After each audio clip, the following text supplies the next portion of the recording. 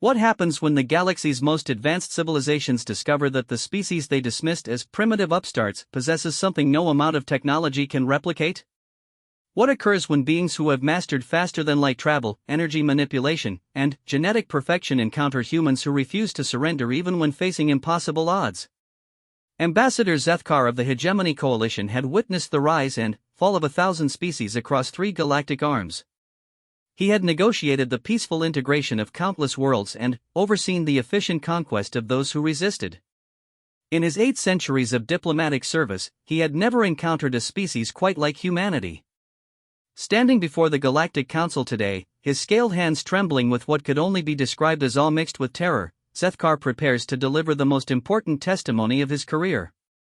His words will echo through the halls of power across 12 star systems, fundamentally changing how the galaxy views the small blue world at the edge of the Orion Arm. Honored council members, his voice carries across the crystalline chambers. I stand before you not as a conqueror reporting victory, but as a survivor bearing witness to something unprecedented in our recorded history. We called them weak. We called them divided. We called them easy prey. We were wrong about everything. The chamber falls silent as the most experienced diplomat in known space begins to recount humanity's first and last galactic war.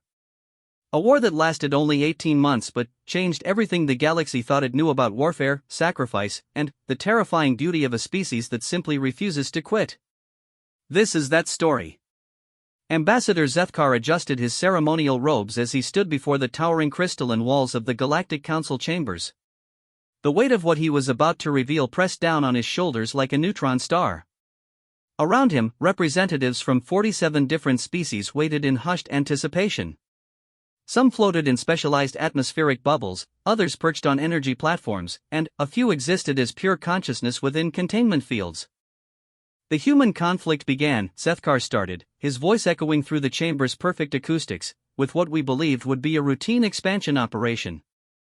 3 years ago, the Hegemony Coalition had identified Earth as target designation 7749C during their systematic mapping of the Orion Arm.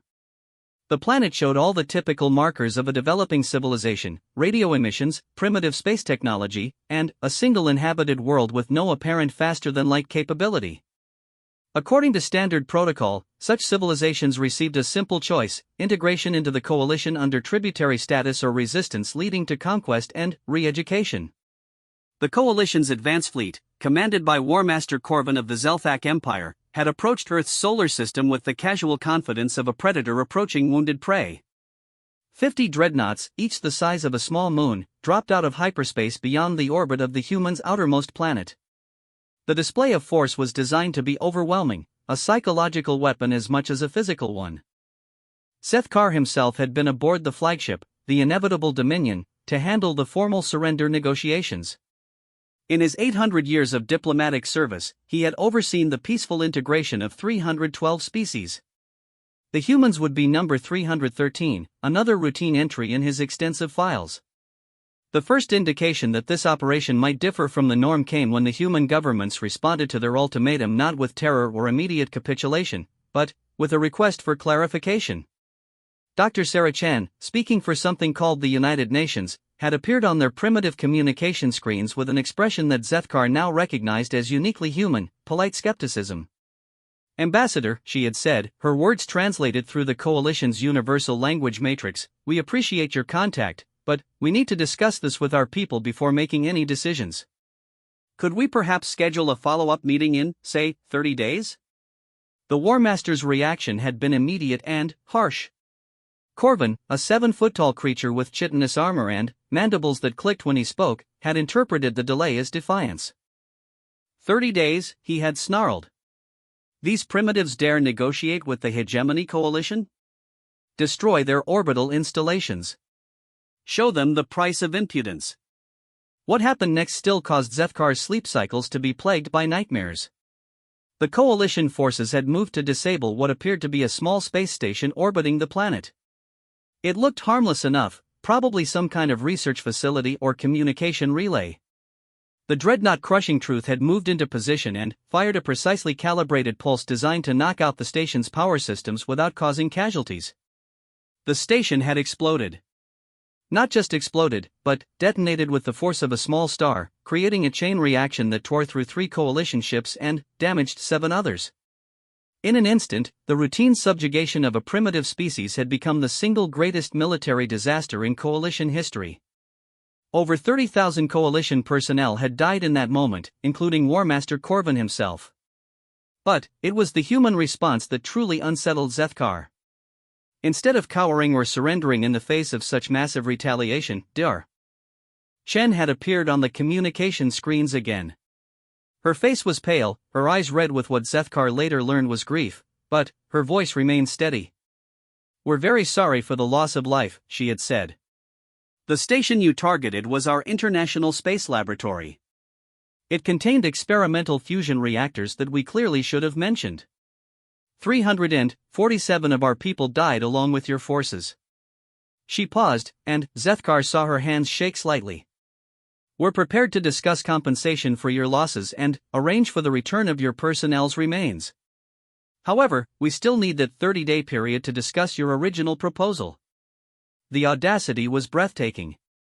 A species that had just accidentally destroyed a significant portion of the Coalition's advance fleet was offering to negotiate compensation while maintaining their position that they needed time to consider surrender.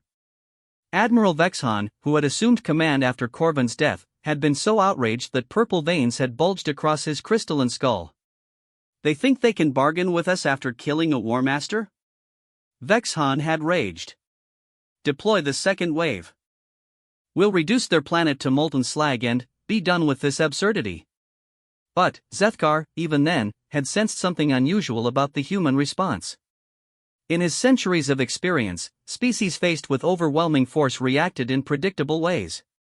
They either surrendered immediately, accepting their fate with resignation, or they fought back with desperate fury until their military was completely destroyed. Humans were doing neither. They were treating the Coalition like any other diplomatic contact, showing appropriate concern for casualties while maintaining their negotiating position. The second wave had consisted of 200 additional ships, including orbital bombardment platforms capable of cracking continental plates. Surely, Zethkar had thought, the sight of such overwhelming force would bring the humans to their senses. When the fleet dropped out of hyperspace, filling the space around Earth with enough firepower to reduce a dozen worlds to ash, he had expected immediate surrender. Instead, the humans had launched rockets. Not sophisticated weapons or defense platforms, but what appeared to be crude chemical rockets carrying primitive nuclear warheads. The Coalition's point defense systems had easily intercepted the missiles, destroying them hundreds of thousands of kilometers from the fleet. Admiral Vexhan had laughed, his crystalline form reverberating with harmonic amusement. "They attack us with chemical explosives," he had announced to his staff. "These creatures are even more primitive than our initial assessments suggested. Prepare orbital bombardment. We'll give them one final chance to surrender, then reduce their major population centers to rubble." But Dr. Chen's response to this ultimatum had revealed the first hint of what the Coalition was truly facing. When she appeared on their screens, she was no longer alone. Behind her stood representatives of every major human government, and their expressions had changed. The polite skepticism was gone, replaced by something harder. "Ambassador Zethkar," Dr. Chen had said, addressing him directly. "We've completed our discussions. The people of Earth have voted, and our answer is no. We will not surrender our sovereignty to your coalition. We understand you have superior technology and numbers, but we've decided we'd rather die as free humans than live as your subjects." The simplicity of the statement had stunned Zethkar. No complex political maneuvering, no attempts to negotiate better terms, no desperate pleas for mercy. Just a clear, direct rejection delivered with the same tone one might use to decline an invitation to dinner. Admiral Vexhan had ordered the bombardment to begin immediately. The plan was surgical: destroy major military installations and government centers while leaving infrastructure and most of the population intact. Broken and leaderless, the humans would have no choice but to accept coalition rule. The first bombardment had targeted what intelligence identified as their primary military command centers. Orbital kinetic weapons, each carrying the destructive force of a small asteroid, had been precisely aimed at 5 locations across the planet. The weapons were designed to penetrate any defensive shields and obliterate their targets while minimizing collateral damage. 4 of the weapons had struck their targets perfectly, reducing military complexes to craters and sending clear messages about coalition power. The 5th weapon had simply vanished. Not destroyed by defensive fire or deflected by some unknown technology, but vanished completely from all sensors as it approached what humans called the Pentagon. One moment it was there, tracked by a dozen different systems, and the next it was gone as if it had never existed. Admiral Vexhan had ordered an immediate investigation while preparing the second bombardment wave. But, before the analysis could be completed, something impossible had happened. The missing kinetic weapon had reappeared, not falling toward Earth but flying directly toward the coalition fleet at near relativistic speed. The weapon struck the dreadnought Eternal Conquest amidships, its kinetic energy multiplied by whatever the humans had done to it. The ship's shields had held for exactly 1.3 seconds before collapsing, and the weapon had torn through the vessel's hull like tissue paper. 23,000 coalition personnel had died instantly.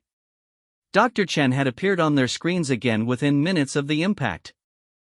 Her expression was grim, but she showed no signs of surprise or gloating. Admiral Vexhan, she had said, somehow knowing his name despite coalition protocols that should have kept such information classified. We told you we wouldn't surrender. We meant it.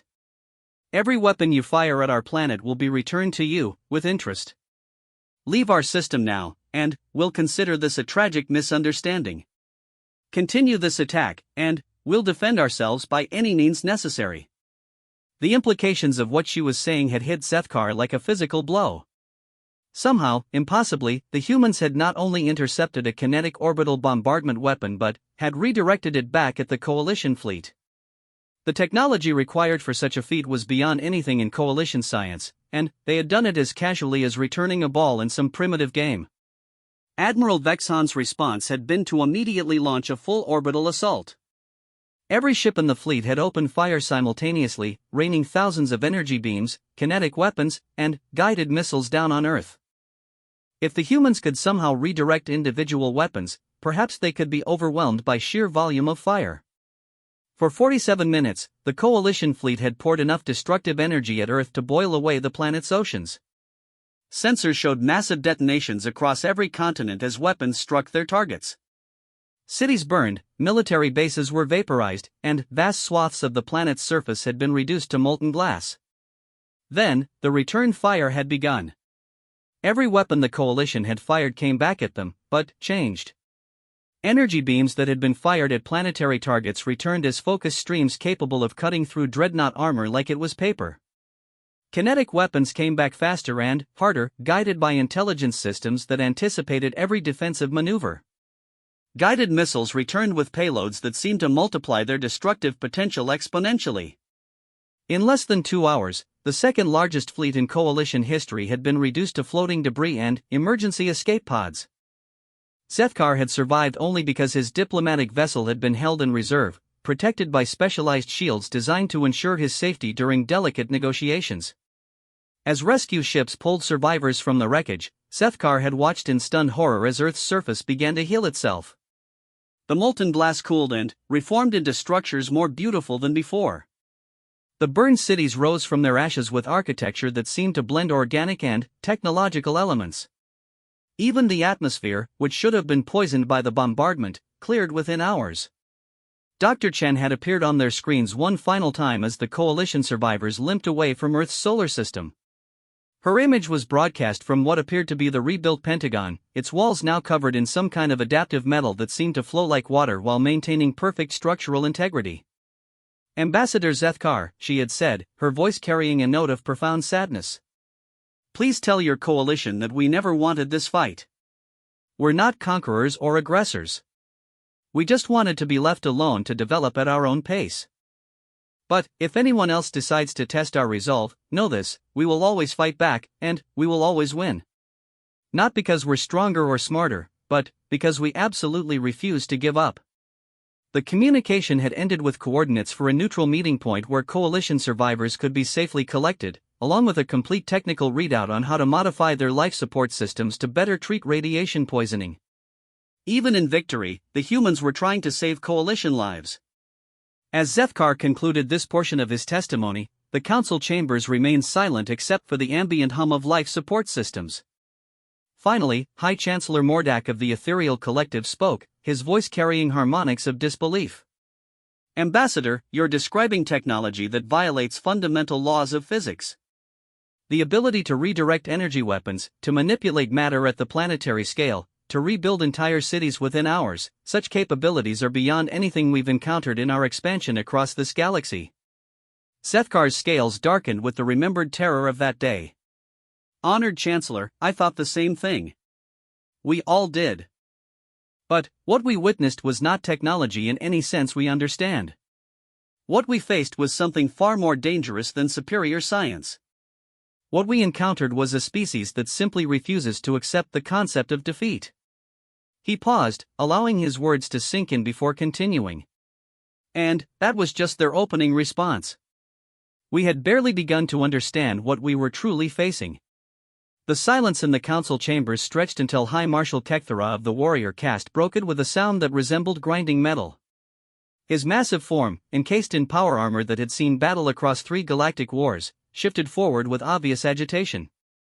Ambassador Zethkar, the High Marshal's voice rumbled through his suit speakers, surely you're not suggesting that the coalition, with its combined military might of 47 member species, was deterred by one defensive action from a single planet. Zethkar's expression grew even more grim. Honored Marshal, I wish that were the case. But, the coalition's response to the destruction of our second fleet was immediate and overwhelming. Grand Admiral Thexran himself took personal command of the situation. The mention of Thexran's name caused a ripple of reaction throughout the chamber.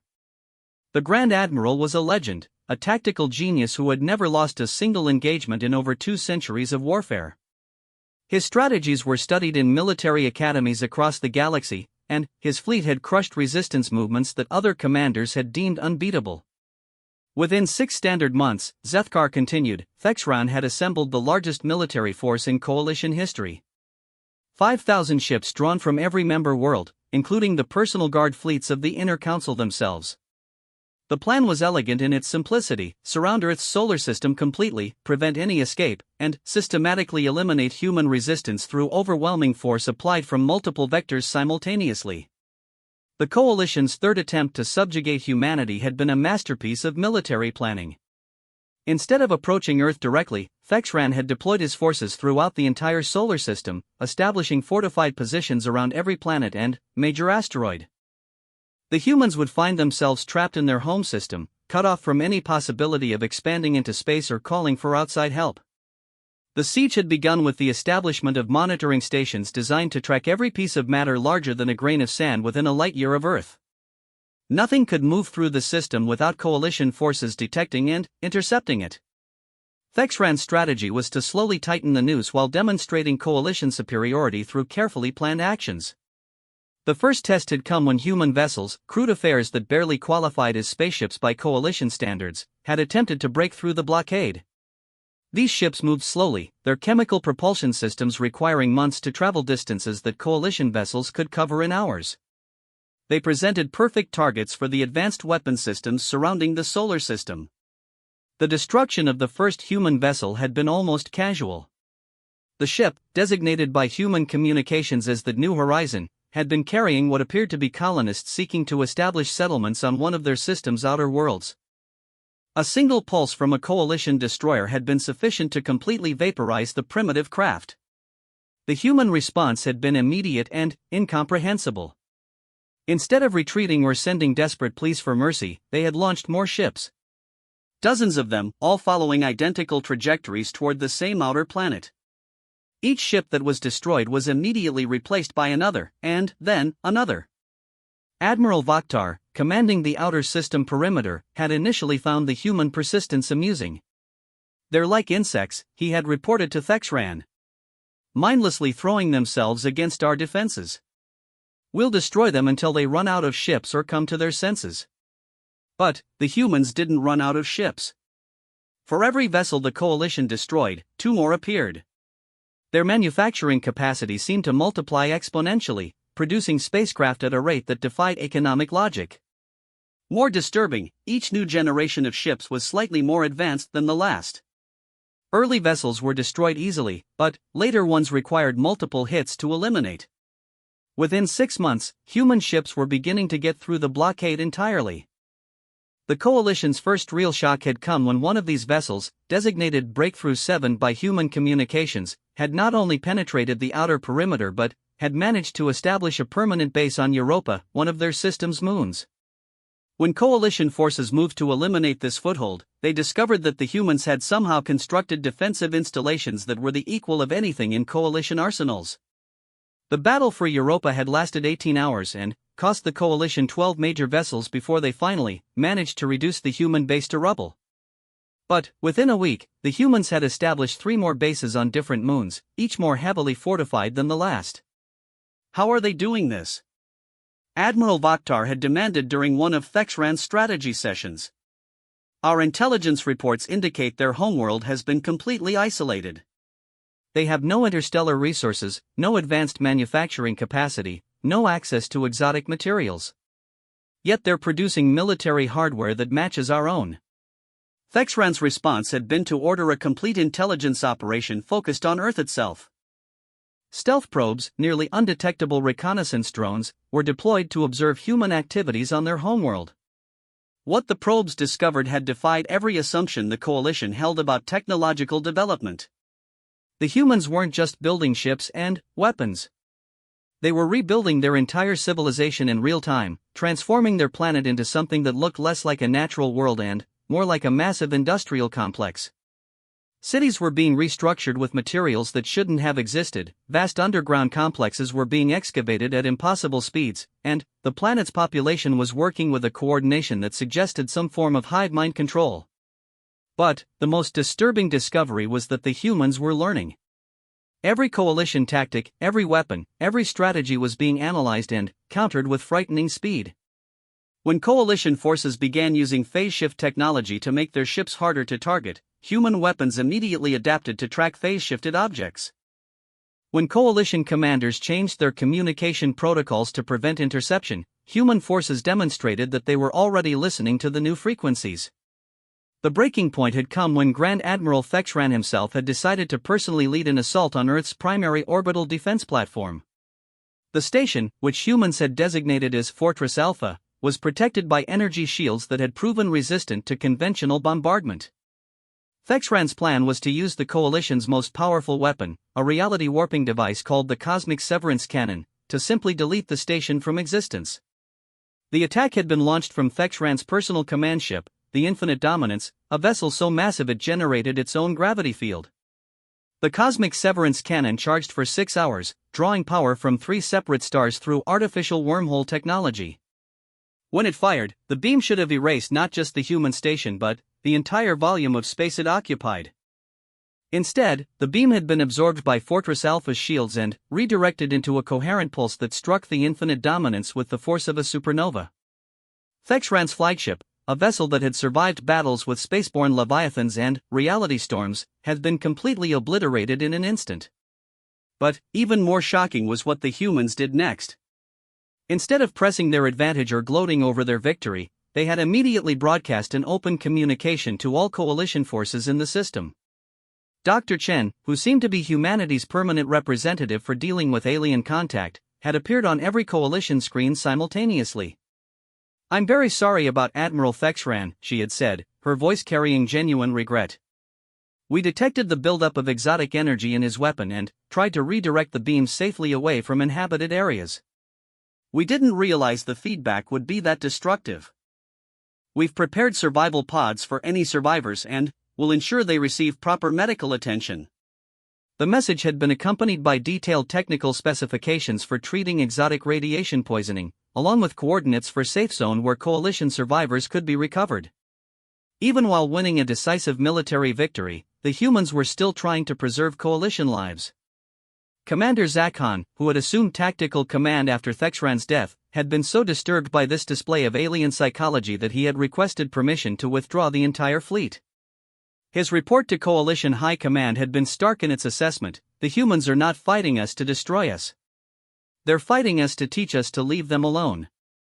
This makes them more dangerous than any enemy we have previously encountered. but Coalition High Command had refused to authorize withdrawal. The loss of 2 fleets and Grand Admiral Thexran had transformed what began as a routine expansion operation into a matter of Coalition prestige. To retreat from a single primitive planet would send a message to every species in the galaxy that the Coalition could be defied. The decision had been made to implement Protocol Omega, total system sterilization. If humans refused to surrender and could somehow counter conventional military force, then their entire solar system would be reduced to component atoms. A fleet of stellar engineering vessels was dispatched to begin the systematic dismantling of Earth's sun. The human response to this ultimate threat had been unlike anything in Zethkar's experience. Dr. Chen had appeared on Coalition communications one final time, but now she was not alone. Behind her stood representatives of every major human government, but also figures that Coalition intelligence couldn't identify: scientists, artists, farmers, children, elderly humans whose purpose in the transmission was unclear. "Admiral," Dr. Chen had said, addressing the Coalition forces directly, "we know what you're planning. We know you intend to destroy our sun to eliminate what you see as a threat. We want you to know that we understand your position. From your perspective, we're a dangerous unknown that has cost you significant resources and personnel." She paused, and, for the first time since first contact, her expression showed something other than calm determination. For just a moment, she looked tired. "We've been in communication with some of your people. Not your military commanders, but individual soldiers and technicians who have been asking questions about why this war is being fought. Some of them are beginning to understand what we've been trying to tell you from the beginning." The transmission shifted to show images that Coalition sensors confirmed were being broadcast from ships throughout their own fleet. Humans were talking directly to Coalition military personnel, not through official channels but through personal communications that somehow bypassed every security protocol.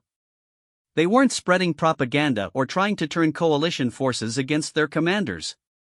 They were simply talking, person to person, about their lives, their families, their hopes for the future. "We don't want to fight you," Dr. Chen continued.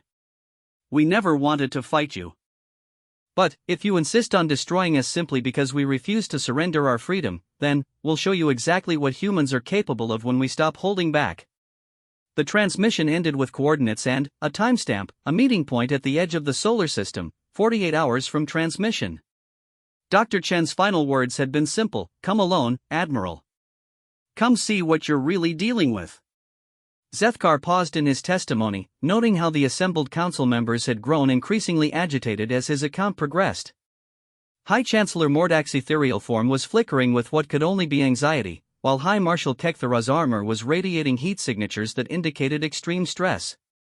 "Ambassador," the High Chancellor's voice carried harmonic undertones of disbelief, "surely you're not suggesting that humans were able to compromise Coalition military communications? Such systems are protected by quantum encryption that would take centuries for a primitive species to break." Zethkar's scales darkened to deep purple, a sign of profound unease among his species. "Honored Chancellor, what we discovered was that humans weren't breaking our encryption. They were simply finding individual Coalition personnel who wanted to talk to them. Soldiers who were questioning the morality of their orders, technicians who were curious about human science, support staff who were homesick and lonely. Humans have an ability we never anticipated: they're exceptionally good at making friends." The implications of this statement hung in the air like a toxic cloud.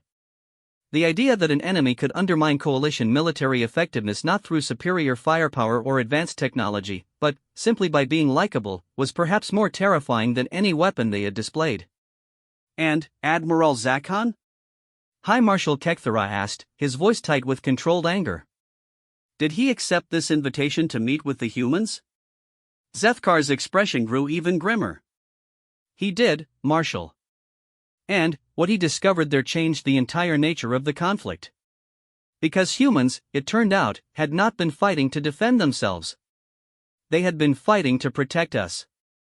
The council chambers erupted in chaos at Zethkar's words. Representatives began speaking in dozens of languages simultaneously, their translation devices creating a cacophony of competing voices. High Marshal Kekthara stood so abruptly that his massive armor sent harmonic vibrations through the crystalline floor, while several of the floating species began rapid orbital patterns that indicated severe distress. "Order! High Chancellor Mordak's ethereal form blazed with authority, his voice cutting through the tumult like a laser through smoke. Ambassador Zethkar will continue his testimony without interruption. The implications of what he's describing are too important for emotional outbursts. Zethkar waited until the chamber had returned to tense silence before continuing. Admiral Zakhan's meeting with the humans took place at the coordinates Dr. Chen had provided, in the space between Mars and Jupiter. He went alone, as requested, in a single diplomatic shuttle equipped with full recording devices. What he discovered there has been classified at the highest levels until today. The meeting point had been empty when Zakhan arrived, showing no signs of human presence on any sensor. The Admiral had waited for over an hour, beginning to suspect that the invitation had been some kind of trap or psychological warfare, when space itself seemed to fold around his shuttle. Zakhan found himself inside a structure that couldn't exist. The interior was larger than the exterior, with walls that seemed to extend infinitely in all directions while maintaining perfect visibility throughout. The architecture was impossible, featuring surfaces that curved in ways that hurt to observe and gravitational fields that seemed to shift based on the observer's intention rather than physical laws. Dr. Chen had been waiting for him in what appeared to be a garden, though the plants were unlike anything in Coalition botanical databases. Some seemed to be made of light, others of crystallized sound, and a few appeared to exist in multiple dimensions simultaneously. The air smelled of flowers that couldn't be named and carried the sound of distant music that felt familiar despite being completely alien. Admiral Zakhan, Dr. Chen had said, rising from what appeared to be a bench made of solidified starlight, "Thank you for coming. I know this must be very confusing for you." Zakhan, a veteran of 2 centuries of military service, had found himself struggling to process what he was experiencing. His sensors were providing readings that contradicted basic physics, while his own eyes were showing him things that his training insisted couldn't exist. "What is this place?" he had asked, his voice barely steady. "This is where we really live," Dr. Chen had replied simply. "What you've been attacking, what you think of as Earth, that's just our interface layer. The part of ourselves we show to the rest of the universe. But we're not really from one planet, Admiral. We're not really from this dimension." She had gestured to the impossible garden around them, and Zakhan's recording devices had captured something that Coalition scientists still couldn't fully analyze. The space around them seemed to expand to show a vista that included not just Earth's solar system, but hundreds of other star systems, each connected by streams of light that pulsed with conscious intelligence. "We've been in this galaxy for a very long time," Dr. Chen had continued. "Long before your coalition existed, before most of the species you know had evolved. We've been watching, learning, growing. We've seen civilizations rise and fall, watched species discover faster than light travel, observed the formation of your coalition itself."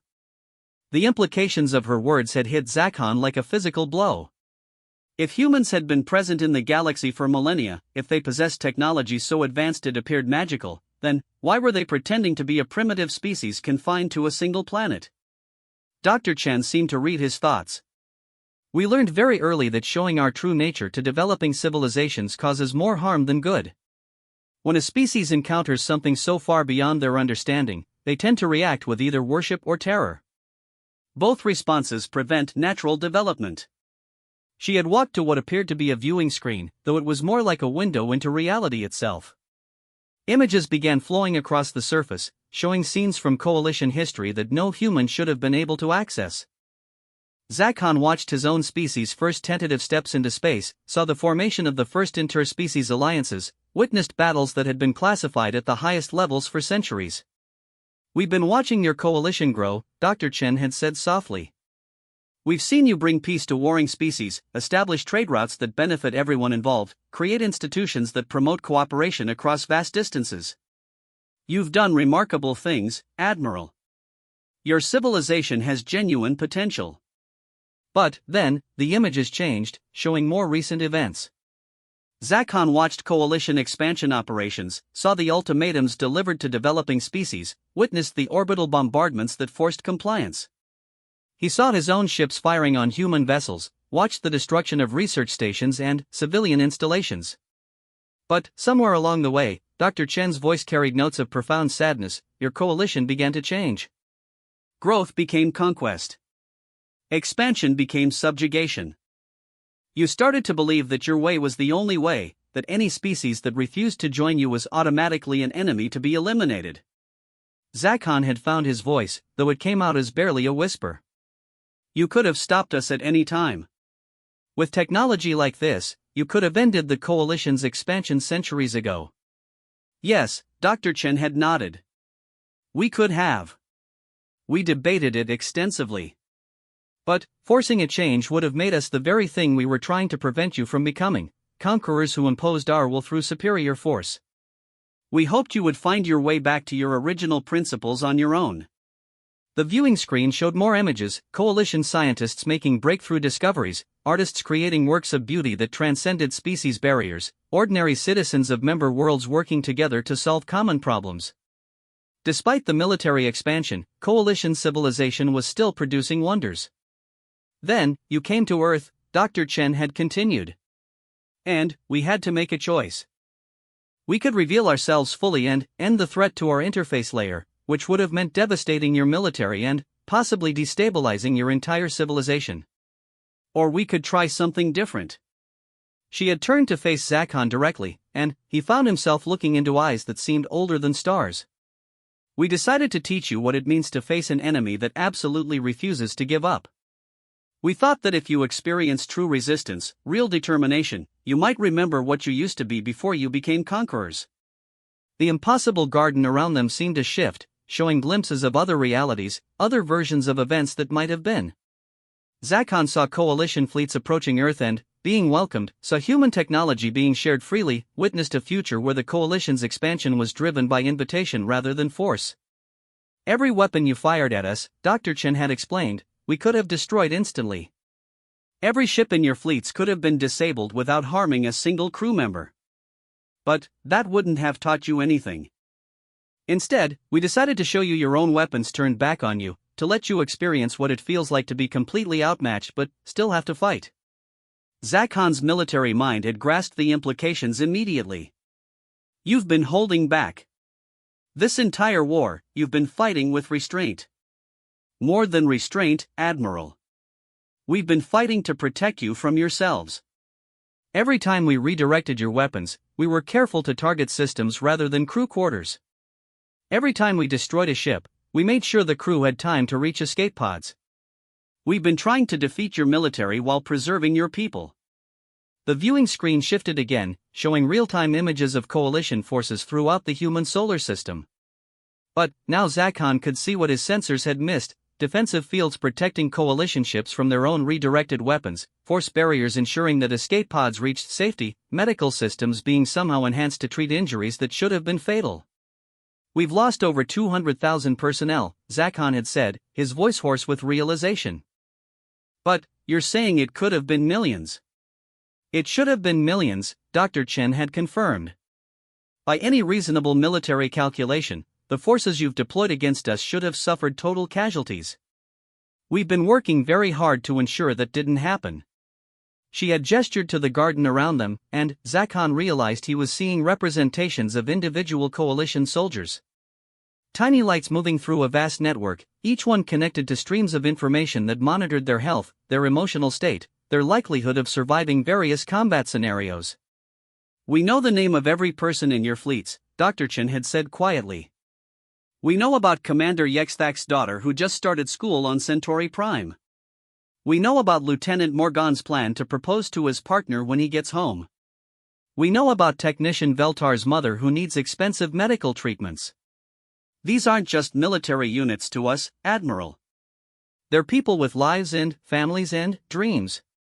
The emotional weight of this revelation had almost overwhelmed Zakhan's ability to process it. An enemy that knew his forces better than he did, that was actively protecting them even while fighting them, that cared more about Coalition casualties than Coalition command did, it was beyond his comprehension. Why are you telling me this? He had finally managed to ask. Dr. Chen's expression had grown serious. Because your Coalition command is about to implement something called Protocol Omega. They're planning to destroy Earth's sun to eliminate what they see as a threat. If they do that, we'll be forced to respond with our full capabilities, and that will mean the end of the Coalition as you know it. The viewing screen showed new images, massive stellar engineering vessels approaching the edge of Earth's solar system, equipped with technology designed to trigger stellar collapse. Behind them came the largest military force ever assembled, with orders to ensure that nothing escaped the solar system alive. "We don't want to destroy your civilization," Dr. Chen had said. "But, if you force us to defend ourselves without restraint, the collateral damage will be catastrophic. Not just to your military, but to every coalition world. When we stop holding back, when we stop protecting you from yourselves, the results will ripple across the entire galaxy." Zakhan had stared at the images of approaching doom, understanding for the first time the true scope of what the coalition was facing. "What do you want from me?" "Go back to your fleet," Dr. Chen had replied. "Tell them what you've learned. Give them a chance to withdraw with honor intact. Because in 48 hours, if those stellar engineering vessels begin their work, everything changes." As Zakhan's shuttle departed the impossible structure, Dr. Chen had made one final transmission. "Admiral, we need you to understand, we're not your enemies. We never were. We're trying to be your teachers. But, if you insist on being students who refuse to learn, then we'll have to become something else entirely." Zethkar paused again in his testimony, noting how the council members seemed to have grown smaller somehow, as if the weight of his words was physically pressing them down. High Chancellor Mordak's ethereal form was flickering rapidly, while High Marshal Kekthara's armor had gone completely silent, its normal operational hums absent for the first time in living memory. "Admiral Zakhan returned to the fleet with this intelligence," Zethkar continued. His report was immediately transmitted to Coalition High Command with a personal recommendation for complete withdrawal from human space. The response came back within 6 hours: proceed with Protocol Omega as planned. The Coalition had decided that no species, regardless of their capabilities, would be allowed to dictate terms to the galaxy's supreme power. "And the humans?" High Chancellor Mordak asked, his voice barely a whisper. "How did they respond when their deadline expired?" Zethkar's scales darkened to black, a color that indicated existential terror among his species. "Honored Chancellor, that was when we learned the difference between fighting humans who are trying to protect us, and facing humans who are trying to protect themselves. The moment when everything changed could be pinpointed to exactly 1432 Coalition Standard Time, 47 hours and 18 minutes after Dr. Chen's deadline. The stellar engineering vessel Cosmic Architect had begun the preliminary process of destabilizing Earth's sun by firing resonance beams into the star's core. Zethkar still shuddered when he remembered the sensation that followed. It wasn't something that could be detected by instruments or explained by physics. Every living being in Earth's solar system, from coalition commanders to the lowest-ranking technicians, had felt something fundamental shift in the fabric of reality itself. The change was instantaneous and absolute, Zethkar told the council. One moment we were facing human forces that fought with careful precision, always seeking to minimize casualties and protect life. The next moment, we were facing something that our military analysts could only describe as the wrath of the universe itself. Admiral Zakhan had been on the bridge of his command vessel when the transformation began. His tactical displays had shown the standard human defensive formations, careful positioning to protect key installations, defensive fields calibrated to redirect rather than destroy, communication channels kept open to coordinate prisoner exchanges and medical assistance. Then, the displays had gone dark. Not because of equipment failure or enemy jamming, but because there was suddenly nothing to display. The human forces that had been fighting a careful, measured defense for over a year had simply vanished from all sensors. For exactly 37 seconds, the space around Earth had been completely empty of any detectable activity. Coalition forces had hung motionless in their formations, unsure whether to advance, retreat, or wait for some sign of what was happening. The sign had come in the form of stars going out. Not the sun that the Cosmic Architect was attempting to destabilize, but stars throughout the local galactic region. One by one, across a sphere of influence that encompassed dozens of solar systems, the light from distant suns simply ceased reaching coalition sensors. It was as if a sphere of absolute darkness was expanding outward from Earth at speeds that exceeded light itself. Commander Yexthak, monitoring long-range communications from his position on the fleet's perimeter, had been the first to report what was happening to coalition forces throughout the affected region. Ships that found themselves within the expanding darkness weren't destroyed, they simply ceased to exist in any meaningful sense. Their quantum signatures vanished from the universe as if they had never been created. Admiral Zakhan's immediate response had been to order a full retreat to minimum safe distance, but, even as his ships began emergency acceleration away from Earth, it became clear that distance was no protection. The sphere of darkness was expanding at a rate that made escape impossible, and Coalition scientists were reporting that the effect wasn't following normal physics. It was spreading through hyperspace, subspace, and dimensions that Coalition science had never discovered. Then, Dr. Chen's voice had filled every communication channel simultaneously, bypassing every security protocol and encryption system as if they didn't exist. But this wasn't the calm, diplomatic Dr. Chen who had negotiated with them for over a year. This voice carried harmonics that spoke directly to the brain's fear centers, triggering involuntary terror responses in every species the Coalition had encountered. "You have chosen," the voice had said, each word seeming to come from inside the listener's own minds rather than through external speakers. "You were warned. You were given choices. You were offered friendship, cooperation, and peaceful coexistence. You chose violence. You chose dominance. You chose to threaten not just us, but every form of life in this solar system." The darkness had continued expanding, and Coalition instruments were now detecting gravitational anomalies that suggested entire star systems were being moved or transformed. The background radiation of space itself was changing, as if the fundamental constants of physics were being rewritten in real time. "We have been protecting you for longer than your species have existed," Dr. Chen's voice continued. "We have guided your development, prevented cosmic disasters that would have ended your civilizations, and fought wars against entities that you lacked the senses to perceive. We did this not because we had to, but because we chose to believe that intelligence deserves to flourish, regardless of its origin." Admiral Zakhan had managed to establish emergency communication with Coalition High Command, desperately requesting permission to surrender unconditionally. The response had been a series of increasingly frantic orders: continue the assault, deploy experimental weapons, implement contingency protocols that had never been tested. Coalition leadership, safe in their fortress worlds light years away, refused to accept that their ultimate military force was facing complete annihilation. "But you have demonstrated that your species values conquest over cooperation." Dr. Chen's voice had grown colder, carrying frequencies that seemed to bypass the ears entirely and speak directly to the nervous system. "You have shown us that given enough power, you will always choose to impose your will through force. You have proven that you see other forms of life not as potential friends, but as resources to be exploited or obstacles to be eliminated." The stellar engineering vessel Cosmic Architect had suddenly reappeared on Coalition sensors, but something was fundamentally wrong with the readings. The ship appeared to be in the same position relative to Earth's sun, but it was also somehow inside the star itself, and simultaneously scattered across multiple dimensions. The crew was reporting that their instruments showed they were on fire, frozen solid, and experiencing normal operations all at the same time.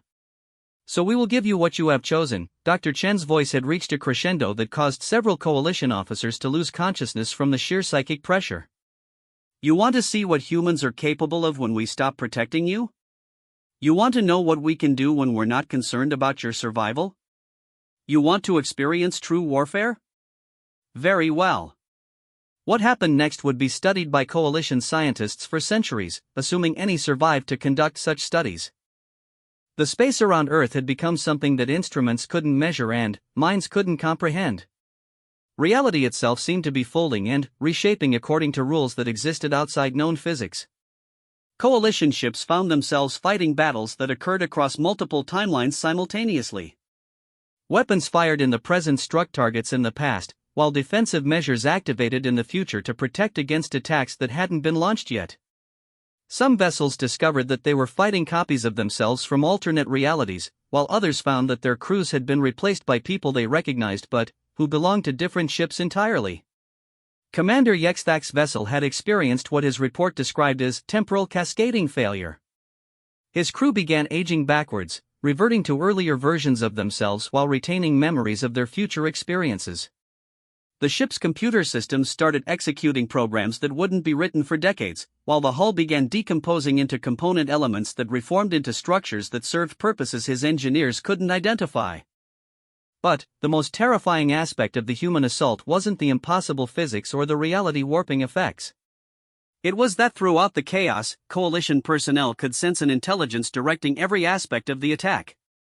Not an artificial intelligence or a hive mind, but something that felt unmistakably human, creative, emotional, and absolutely implacable. Every Coalition officer found themselves experiencing brief moments of perfect clarity in which they understood exactly what was happening to them and why. They could feel human consciousness touching their minds, not to inflict damage but to ensure they comprehended the scope of their mistake. The humans weren't just demonstrating superior technology, they were providing an education in what true superiority actually meant. Dr. Chen's voice had become omnipresent, no longer coming through communication systems but seeming to emerge from the structure of space itself. You see your fleets being destroyed and think this is warfare. You see your weapons being turned against you and believe this is a battle. You see reality bending around our will and imagine this is the extent of our power. The darkness that had been expanding outward from Earth suddenly contracted, pulling the scattered remains of Coalition forces back toward the solar system. But, instead of crushing them or consuming them, the effect began to rebuild everything that had been damaged. Ships that had been torn apart across multiple dimensions found themselves whole again. Crew members who had experienced temporal displacement were returned to their proper timeframes. Even the stellar engineering vessel Cosmic Architect was restored to normal space, its crew unharmed but fundamentally changed by their experience.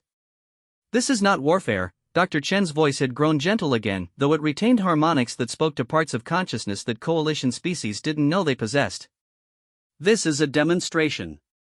This is us showing you what you were asking for when you chose to threaten our existence. This is us teaching you the difference between the power to destroy and the power to create. As quickly as it had begun, the impossible assault had ended. Coalition forces found themselves in normal space, their ships functional, their crews alive and unharmed. Earth hung before them exactly as it had before the attack began, showing no signs of damage or unusual activity. The only evidence that anything unusual had occurred was the complete absence of the stellar engineering vessels, not destroyed, but simply no longer existing in any form that Coalition sensors could detect. Admiral Zakhan's first action had been to order an immediate count of all personnel. The results had been impossible to accept, not a single Coalition citizen had been killed. Despite experiencing what could only be described as complete military annihilation, despite being subjected to forces that had rewritten the rules of physics around them, despite facing an enemy that had demonstrated the ability to manipulate time, space, and consciousness itself, every single person in the Coalition fleet was alive and uninjured. How? Admiral Zakhan had broadcast on all frequencies, not bothering with military protocol or security concerns. How is everyone still alive? Dr. Chen had appeared on their screens again, and, for the first time since the conflict began, she was not alone.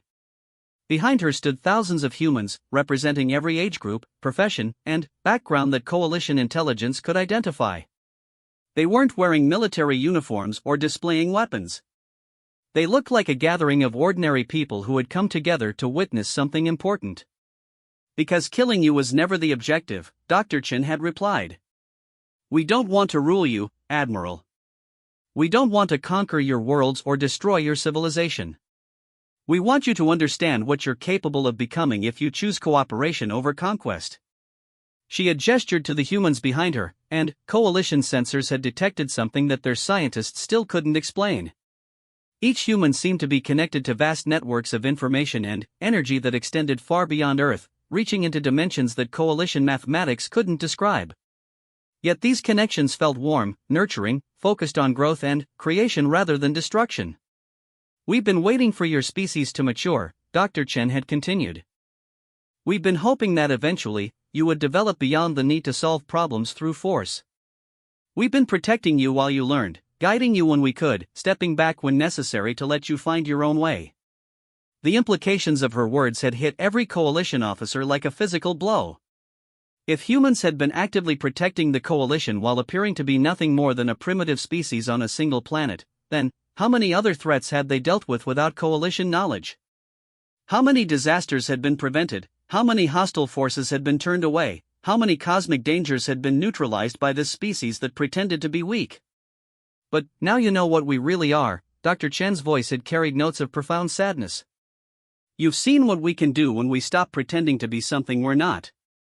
The question is, what are you going to do with this knowledge? Zethkar paused in his testimony, noting that several council members seemed to be in various states of psychological shock.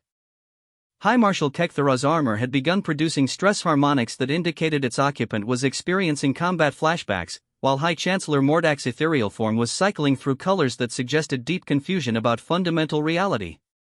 The Coalition fleet remained in human space for another 6 hours, Zethkar continued. Admiral Zakhan was waiting for orders from High Command, but no orders came. It took 2 full days for us to learn why Coalition High Command was gone. Gone? High Chancellor Mordak's voice cracked with harmonics of disbelief. What do you mean, gone? Zethkar's expression grew even grimmer. Not destroyed, honored Chancellor. Not conquered or eliminated. Simply relocated. Every member of Coalition High Command, along with their entire Fortress worlds, had been moved to a place where they could observe what happened next without being able to interfere.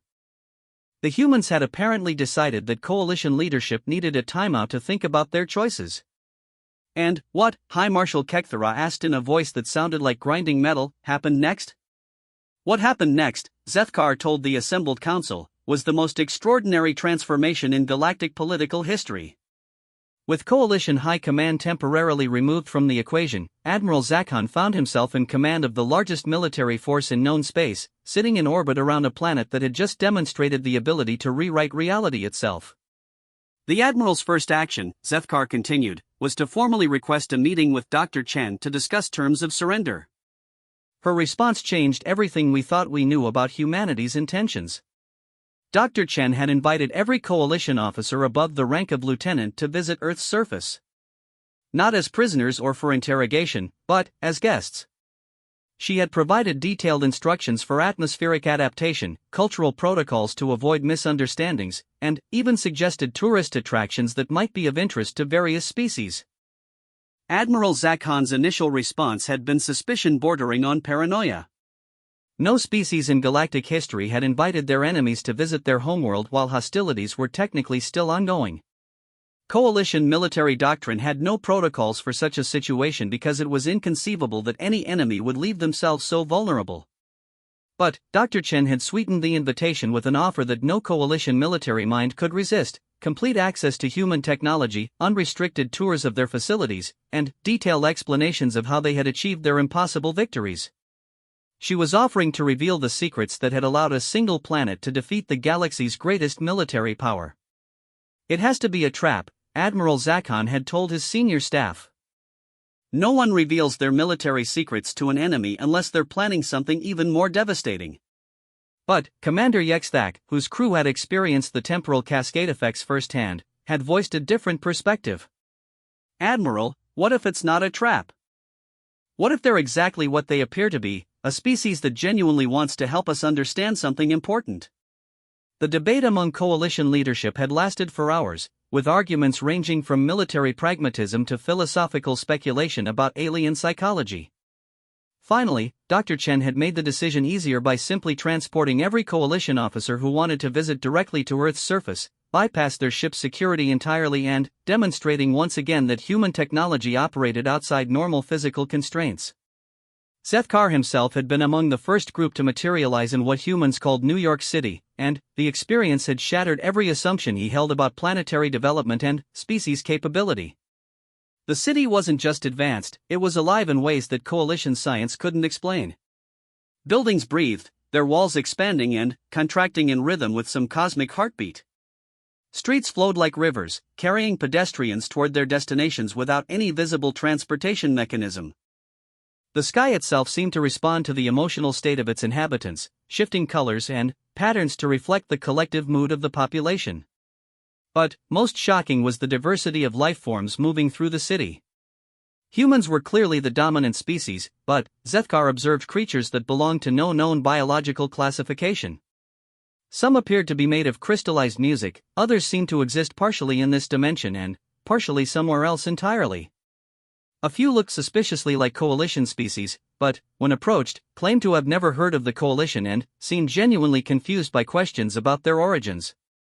Dr. Chen had met their group at what she called Times Square, a location that appeared to exist in multiple dimensions simultaneously. The advertising displays showed products from civilizations that existed thousands of light years away, while the crowds included beings that coalition xenobiology insisted couldn't possibly exist. "Welcome to Earth," Dr. Chen had said, her manner as calm and diplomatic as ever despite having just defeated the largest military force in galactic history. "I hope you'll find your visit educational." Admiral Zakhan, still struggling to process what he was seeing, had asked the obvious question, "Dr. Chen, what exactly are humans?" Her answer had been simple and completely incomprehensible. "We're exactly what we've always told you we are. We're humans. We live on Earth. We like art, music, good food, and interesting conversations. We fall in love, raise families, and try to make life better for our children. The fact that we can also manipulate fundamental forces and traverse dimensional barriers is just part of what makes us human." The tour that followed had been both enlightening and deeply disturbing for coalition military minds. Human technology wasn't based on engineering in any sense they understood. Their cities had been grown rather than built, using processes that seemed to involve convincing matter to voluntarily arrange itself in useful configurations. Their transportation systems worked by temporarily changing the definition of distance. Their communication networks operated by creating empathic connections between users across any distance. But, the most unsettling discovery was that humans genuinely seemed to consider these capabilities normal. They used reality warping technology the way coalition species used basic tools, casually and without any apparent understanding of how impossible their achievements were by galactic standards. Commander Yexthak had been shown their educational system, which involved allowing children to experience historical events firsthand by temporarily adjusting local time flow. Admiral Zakhan had visited their medical facilities, where diseases were treated by convincing cellular structures to remember how to be healthy. Zethkar himself had toured their research centers, where scientists studied problems by creating pocket universes where different physical laws could be tested. Throughout the tour, Dr. Chen had maintained her role as diplomatic representative, but it became clear that her authority wasn't political or military. She spoke for humanity not because she held some official position, but because the collective human consciousness had chosen her as their interface with alien species. Every human they met seemed to share access to the same vast pool of knowledge and experience, yet maintained distinct individual personalities and perspectives. "How long have you been hiding your true capabilities?" Admiral Zakhan had finally asked during a visit to their historical archive, a building that somehow contained complete records of events across the entire galaxy dating back millions of years. "We haven't been hiding anything," Dr. Chen had replied, her tone suggesting genuine puzzlement at the question. "We've been exactly who we said we were from the beginning. You just made assumptions about what that meant." She had shown them historical footage from humanity's first contact with coalition scouts, decades before the invasion. The humans had been completely honest about their planet, their society, and their capabilities. But coalition analysts had interpreted their statements through the filter of known physics and standard technological development patterns, concluding that humans were describing primitive aspirations rather than actual achievements. "When we told you we had fusion power, you assumed we meant simple reactors," Dr. Chen had explained. "We actually meant we had learned to convince hydrogen atoms to fuse voluntarily by explaining the benefits of cooperation. When we mentioned our space program, you thought we meant chemical rockets. We actually meant we had figured out how to ask space itself to help us travel." The revelation that humans communicated with fundamental forces as if they were conscious entities had profound implications for coalition understanding of physics itself. If matter and energy could be negotiated with rather than merely manipulated, then the entire basis of galactic technology was primitive by comparison. But perhaps the most shocking discovery was that humans had been actively managing galactic affairs for millennia without any species realizing it. The archive contained detailed records of interventions in coalition history, wars that had been prevented by subtle influence on key decision-makers, natural disasters that had been averted by minor adjustments to planetary systems, technological developments that had been quietly guided to ensure they served beneficial purposes. "You've been protecting us all along," Admiral Zakhan had said, his voice hollow with the implications. Every major crisis the coalition has survived, every breakthrough that seemed like fortunate timing, every time we narrowly avoided disaster, you were involved. Not just us, Dr. Chen had corrected. There are dozens of species like us throughout the galaxy, each one pretending to be something simpler than they really are. We call ourselves the shepherds, though most of us prefer to think of our role as gardening. We help young civilizations grow while trying not to stunt their natural development. The existence of a hidden galactic community of advanced species, all working to guide and protect developing civilizations, had implications that staggered coalition strategic thinking. If humans were just one member of this community, if there were dozens of other species with similar capabilities watching coalition expansion, then the coalition's understanding of galactic power structures was completely wrong. Why reveal yourselves now? Zethkar had asked. Why end the pretense? Dr. Chen's expression had grown sad. Because your coalition was starting to become a threat to the younger species we protect. Your expansion was becoming increasingly aggressive, your ultimatums more demanding, your willingness to use force against peaceful populations more pronounced. We had to either intervene directly or watch you become the kind of galactic threat that would require permanent elimination. The tour had concluded with a visit to what humans called their council chamber, though it bore no resemblance to any governmental structure in coalition experience. The room was filled with thousands of humans representing every demographic and profession, but they weren't debating or arguing. They were simply existing together in a state of harmonious communication that allowed them to reach consensus on complex issues almost instantly. This is how we make decisions, Dr. Chen had explained. Everyone who wants to participate connects to the collective consciousness temporarily, shares their perspective and knowledge, and experiences the issue from every possible viewpoint. When you can literally understand how your choices affect others, it becomes very difficult to make selfish decisions. Admiral Zakhan had watched this process for several hours, observing as the human collective considered questions ranging from local infrastructure improvements to galactic diplomatic strategies. The speed and wisdom of their decision-making was humbling for coalition officers who were accustomed to bureaucratic processes that could take years to resolve simple issues. We've made our decision about the coalition, Dr. Chen had announced as the collective session concluded. We're prepared to offer you a choice that we hope you'll find acceptable. The offer had been unprecedented in galactic history. Instead of conquest or surrender, humans were proposing transformation. They would share their advanced understanding of physics and consciousness with coalition species, but only if the coalition fundamentally changed its approach to expansion and diplomacy. We'll teach you how to communicate with matter and energy directly, Dr. Chen had explained. We'll show you how to create rather than simply manipulate. We'll help you understand consciousness itself as a force that can reshape reality. But, in return, you must abandon the use of force as a political tool and commit to protecting and nurturing younger civilizations instead of conquering them. The proposal was everything Coalition Command had dreamed of gaining through military conquest, offered freely in exchange for a promise to become protectors rather than conquerors. It was also completely impossible to accept under existing coalition law and political structure. Zethkar paused in his testimony, noting how the council members had been growing increasingly agitated as his account progressed. High Marshal Kekthara's armor was now producing stress harmonics that bordered on the painful, while several of the floating species had begun rapid orbital patterns that indicated severe psychological distress. The coalition's response to this offer, Zethkar continued, was immediate and unanimous rejection.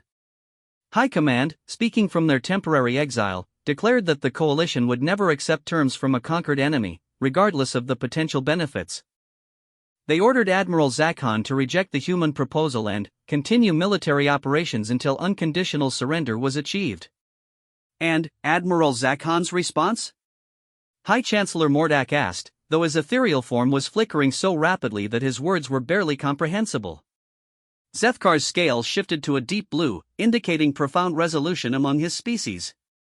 Admiral Zakhan formally resigned his commission and requested political asylum from the humans. Within 6 hours, over 70% of coalition forces in human space had done the same. The coalition military effectively ceased to exist as an organized force. The silence that followed this revelation was deafening. Finally, High Marshal Kekthara spoke, his voice emerging from his armor like the sound of grinding stone. Ambassador Zethkar, are you telling this council that the coalition's greatest military defeat was not a conquest, but a voluntary surrender by our own forces? Zethkar straightened, his diplomatic training allowing him to deliver the final blow with perfect composure. Honored Marshal, I am telling you that the coalition's greatest military defeat was actually an invitation to evolution that we were too proud to accept. The humans offered us everything we had ever wanted: advanced technology, peaceful expansion, cooperative development of younger species, and we rejected it because it didn't come through conquest. He paused, then delivered his conclusion with the weight of absolute certainty. The humans are still waiting for us to mature enough to accept their offer. But they've made it clear that if we continue our current path of aggressive expansion, they will take more direct action to protect the species we threaten. And, after what I witnessed in human space, I can assure this council that their idea of direct action would make our recent defeat look like a minor inconvenience. The council chambers erupted into chaos once more, but Zethkar continued speaking over the tumult, his voice carrying across the crystalline walls with perfect clarity. Honored council members, I stand before you not to report a military defeat, but to offer a path forward. The humans have given us the greatest gift any advanced species can offer: the knowledge that we don't have to choose between strength and compassion. We can be powerful protectors instead of successful conquerors. We can grow through cooperation instead of expansion through force. His final words echoed through the chambers as the assembled representatives struggled to process the implications of his testimony. The question now is whether we're wise enough to accept their offer before they decide that the galaxy would be safer without us. As Zethkar's testimony concluded and the council began the monumental task of deciding humanity's place in the galactic community, one truth had become absolutely clear: the age of conquest was ending, and the age of cooperation was about to begin. Whether the coalition would survive the transition was entirely up to them.